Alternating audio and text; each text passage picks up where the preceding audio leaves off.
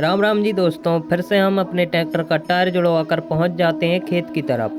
तो खेत पर जाकर देखा तो हमारा एक ट्रैक्टर जो है भरा चुका था। फिर हम अपने ट्रैक्टर को ले आते हैं तैयार करके, और फिर हम अपने ट्रैक्टर में भी धान खाली करवाने लग जाते हैं।